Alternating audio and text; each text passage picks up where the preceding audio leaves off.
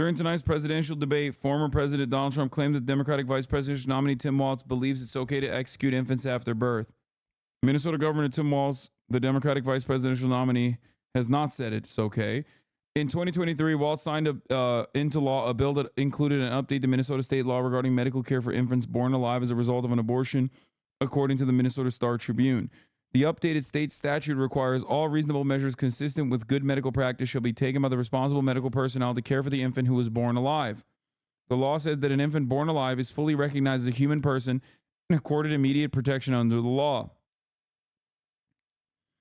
Although Tim Walz has not said he supports abortion in the ninth month, the Protect Reproductive Options Act signed by Walz in January 2023 does not mention anything related to restricting abortion after fetal viability or any timeline for that matter. It is not legal in any state to execute an infant after birth.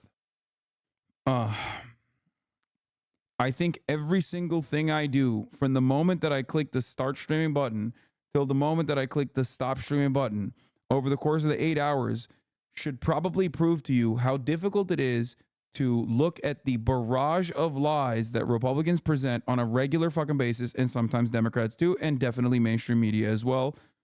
How difficult it is to actually correct the record with truth.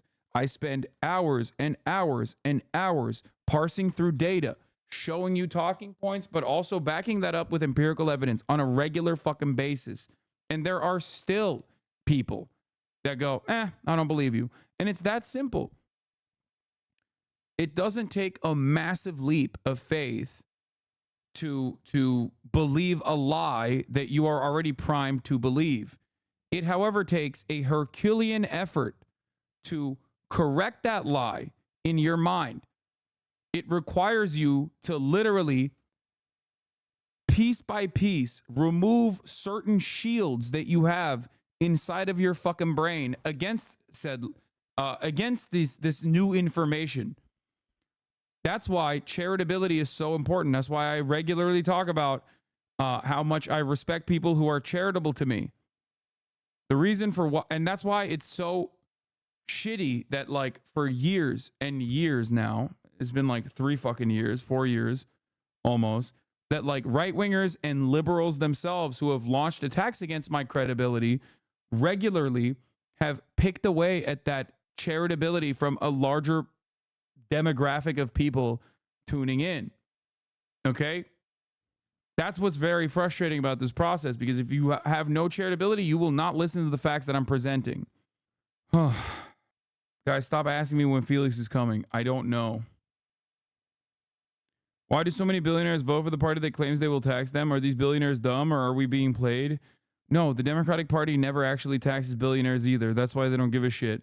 Or some billionaires probably make that calculation and they're like, yeah, honestly, I still think that like certain amenities for marginalized populations, at least in principle, is a good thing. But ultimately, if you think like more billionaires are voting for the Democratic Party rather than the Republican Party, well, you're wrong. Stop linking me the Joseph Gordon-Levitt, they're eating the dogs, Trump versus Harris clip, please. One easy way to look at the debate is just whether it's fundamentally about Harris or whether it's fundamentally about Trump. If after the debate we're talking about Harris's flip-flops on the issues, or whether she's too far on the left, or her handling of immigration, she's in trouble. She's not going to win the election on any of those issues. The most she can do is be able to move past them, to be able to sort of satisfy these concerns enough to focus on Trump. This is what Nate Cohn said before the debate.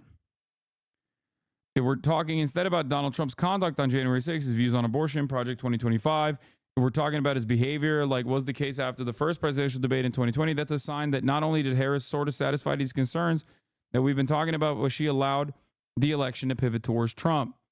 In the end, Harris needs this election to be about Donald Trump for her to win. She has to be able to satisfy those concerns about her and turn the election back on him. I don't fully agree with Nate. I don't agree with Nate Cohn on this. And I think that this is nearsighted. And I think that there is more that she needs to do beyond this. Okay? Because in 2020, the election was about Trump. And Joe Biden successfully mounted that case. But the reason why he was able to do so was because Trump was president. And COVID was killing people. Okay, people were angry. Police brutality was top of mind. Trump's insane immigration policies were of top of mind. Okay? It's been 4 years since then. People have very short memories. Therefore, making this election just about Donald Trump is going to cause it to be incredibly close, which it is.